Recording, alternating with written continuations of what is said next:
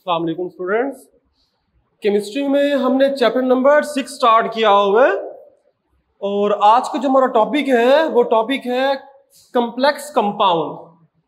Complex compound क्या होते हैं बेटा? कम्प्लेक्स कंपाउंड क्या होते हैं अगर हम इसकी डेफिनेशन देखें, the compound which contain complex ion, which contain a complex ion or complex molecule which exist independently is called a complex compound।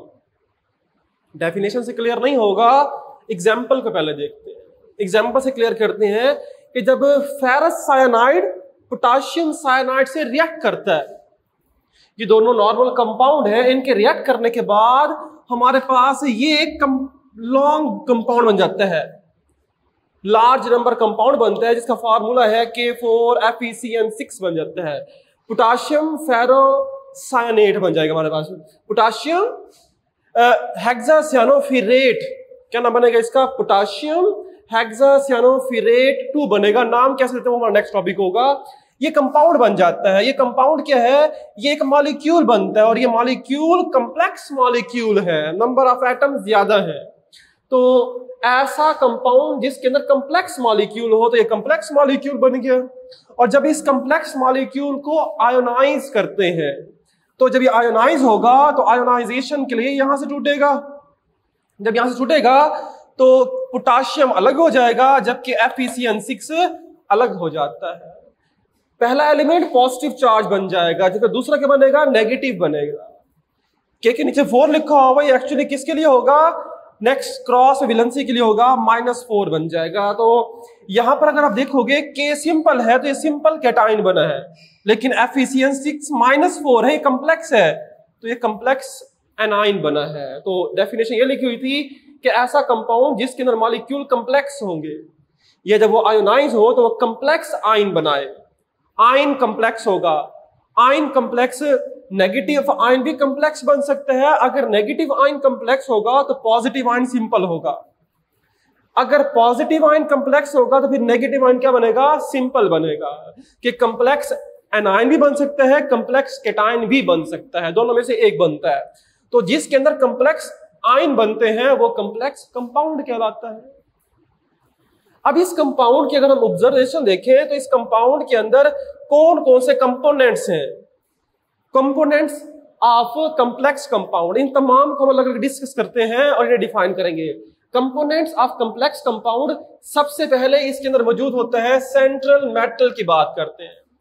Central metal atom नाम से मेंशन है कि जो इसके अंदर इस कम्प्लेक्स कंपाउंड के अंदर जो मौजूद होगा मेटल, और नॉर्मली जो मेटल होता है वो ट्रांजिशन मेटल्स लेते हैं।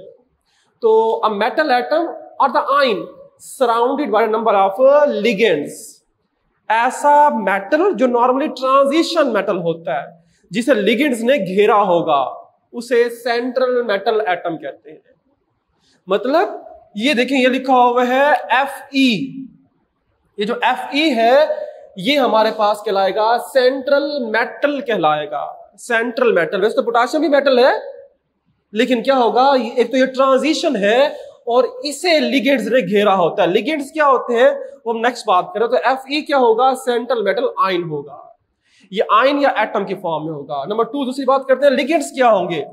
लिगेंड्स ऐसा कंपोनेंट है जिसने मेटल को घेरा होता है और मेटल को ये इलेक्ट्रॉन पेयर डोनेट करता है।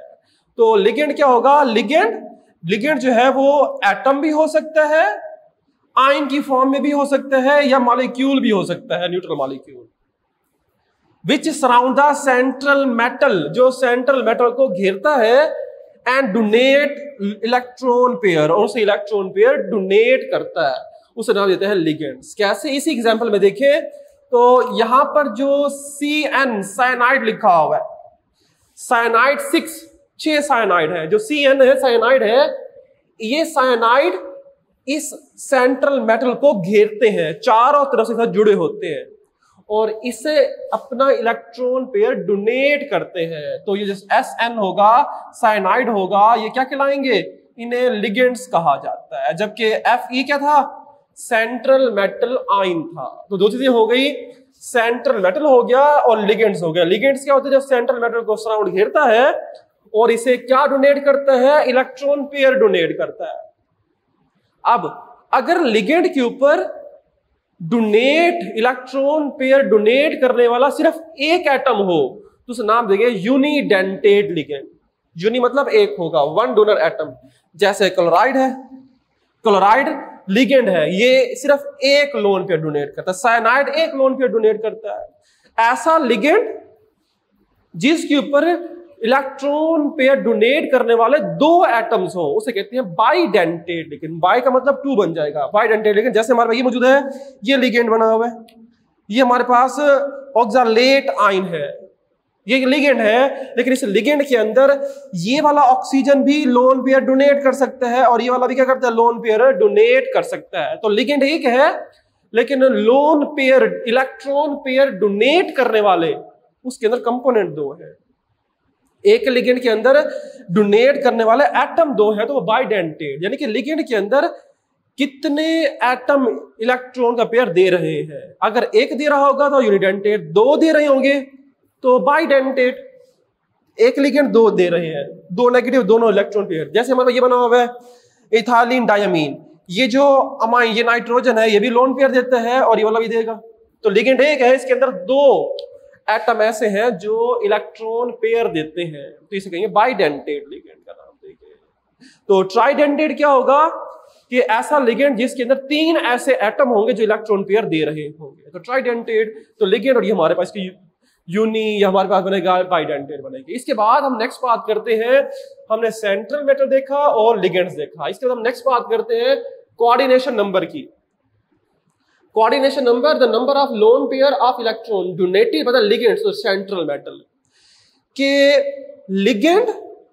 लिगेंड साइनाइड जो था कितने लोन पेयर दे रहा है, जितने लोन पेयर ये दे रहा होगा ये उसका कोऑर्डिनेशन नंबर कहलाता है। जैसे हमारे पास ये साइनाइड है, साइनाइड ये जो लिखा हुआ है 6, ये इसका होगा कोऑर्डिनेशन नंबर। मतलब एक साइनाइड एक लोन पेयर देता है तो 6 साइनाइड है तो 6 लोन पेयर देंगे तो कोऑर्डिनेशन नंबर क्या बन जाएगा? 6। तो कॉमनली जो हमारे पास बुक में है उसके मुताबिक जो लिगेंड के साथ जो नंबर दिया होता है वही उसका कोऑर्डिनेशन नंबर निकल आता है आसानी से। तो ये सिंपल के लिए होगा तो Fe इसके लिए कोऑर्डिनेशन नंबर, इसे कितने लोन पेयर मिल रहे होंगे? 6 साइनाइड है, हर साइनाइड एक लोन पेयर देता है तो कितने मिल रहे होंगे? 6 मिल रहे होंगे। इसे एक और एग्जांपल समझते हैं। कॉपर मेटल है, सेंट्रल मेटल है, लिगेंड कौन सा है? Ammonia NH3। बताओ इसका कोऑर्डिनेशन नंबर कितना होगा? बेटा लिगेंड है ना अमोनिया, जो यहां पर एक अमोनिया एक लोन पेयर देता है तो 4 अमोनिया 4 लोन पेयर देंगे तो 4 इसका क्या बन जाएगा? 4 इसका बनेगा कोऑर्डिनेशन नंबर। तो नॉर्मली हमारे पास कोऑर्डिनेशन नंबर इसका 4 बन जाएगा। तो कोऑर्डिनेशन नंबर सिंपली ज्यादातर यहां से हम फाइंड कर लेते हैं सिंपल के लिए, यूनिडेंटेड के लिए। तो नॉर्मल यूनिडेंटेड यहां यूज करेंगे। इसके बाद नेक्स्ट हम बात करते हैं कोऑर्डिनेशन स्फीयर की। कोऑर्डिनेशन स्फीयर क्या होगा? बेटा कोऑर्डिनेशन स्फीयर क्या होगा? जो अभी हमने यहां पर पढ़ा है कि सेंट्रल मेटल और लिगेंड इन दोनों को हम एक स्क्वायर ब्रैकेट के अंदर लिखते हैं। इस सारे को नाम दिया जाता है कोऑर्डिनेशन स्फीयर का। कैसे? ये हमारे पास था K4 FeCN6 था तो इसके अंदर सेंट्रल एटम कौन सा होगा? Fe सेंट्रल एटम है। लिगेंड कौन सा होगा? CN6 ये हमारे पास लिगेंड्स होंगे। इन दोनों को, सिर्फ इन दोनों को अगर हम जब लिखेंगे स्क्वायर ब्रैकेट के अंदर और ऊपर उसके ऊपर 4 लगा देंगे, ये कौन सा इसका कोऑर्डिनेशन स्फीयर कहलाता है। कोऑर्डिनेशन स्फीयर डेफिनेशन क्या होगी? द सेंट्रल मेटल एटम और the ion with the ligand. Central metal और लिगेंड्स इन दोनों को मिलाकर placed in a square bracket और इन दोनों को स्क्वायर ब्रैकेट के अंदर रखा जाता है, इसे कहते हैं कोऑर्डिनेशन स्फीयर। अब इसके ऊपर मैंने यहां लिखा हुआ है +4, ये क्या होगा? फिर इसे नाम देते हैं चार्ज ऑन कोऑर्डिनेशन स्फीयर। ये चार्ज निकलता कैसे? ये मैंने -4 कैसे लिख दिया? बट ये -4 कैसे आ जाएगा? ये -4 सिंपल है। अब देखो इस कोऑर्डिनेशन स्फीयर के अंदर दो चीजें हैं, एक है सेंट्रल एटम, एक है लिगेंड। इन दोनों के चार्जेस को आपस में जमा कर दो, जो आंसर आएगा वही लिख देंगे। कैसे? या लिखा हुआ it is the algebraic sum of charge of central metal atom and the total charge on ligand. यहां से सॉल्व करते हैं। FeCN6 ये -4 है, ये चार्ज ऑन कोऑर्डिनेशन स्फीयर है। ये -4 कैसे आया बेटा? आप क्या करोगे, सबसे पहले Fe सेंट्रल मेटल, इसका चार्ज लिखोगे। इसका चार्ज कितना होता है? मेटल है तो पॉजिटिव होगा। पॉजिटिव कितना होता है? ये +2 होता है। जबकि साइनाइड, साइनाइड जो है ये साइनाइड होता है Cn -1 की फॉर्म में होता है साइनाइड। एक साइनाइड -1 होगा, लेकिन 6 साइनाइड है तो -6 बन जाएगा। तो दोनों को प्लस कर दो, -6 + 2 कितना आंसर आ जाएगा? -4 आएगा। तो -4 इस पर लिख देते हैं। तो बेटा ये coordination sphere, charge on coordination sphere. तो पहले कोऑर्डिनेशन स्फीयर निकालो, फिर उनमें जो सेंट्रल मेटल और लिगेंड होगा उन दोनों के चार्जेस को प्लस कर दो। प्लस करने से आपके पास चार्ज निकला है जो हम उसके ऊपर लगाते हैं। तो ये हमारा बेटा तरीका होगा, और ये हमारे पास शॉर्ट क्वेश्चंस में आते हैं, अलग अलग डेफिनेशंस आती हैं। तो इसमें मजीद एग्जांपल देखें और उसमें आप डिफरेंशिएट करो कि लिगेंड कौन सा होगा, सेंट्रल मेटल कौन सा होगा, कोऑर्डिनेशन नंबर उसका क्या होगा, या फिर उसके हमारे पास कोऑर्डिनेशन स्फीयर या चार्ज ऑन कोऑर्डिनेशन स्फीयर क्या होगा। 5 डेफिनेशंस हैं, ऐसे कंप्लीट करना होगा। अल्लाह हाफिज।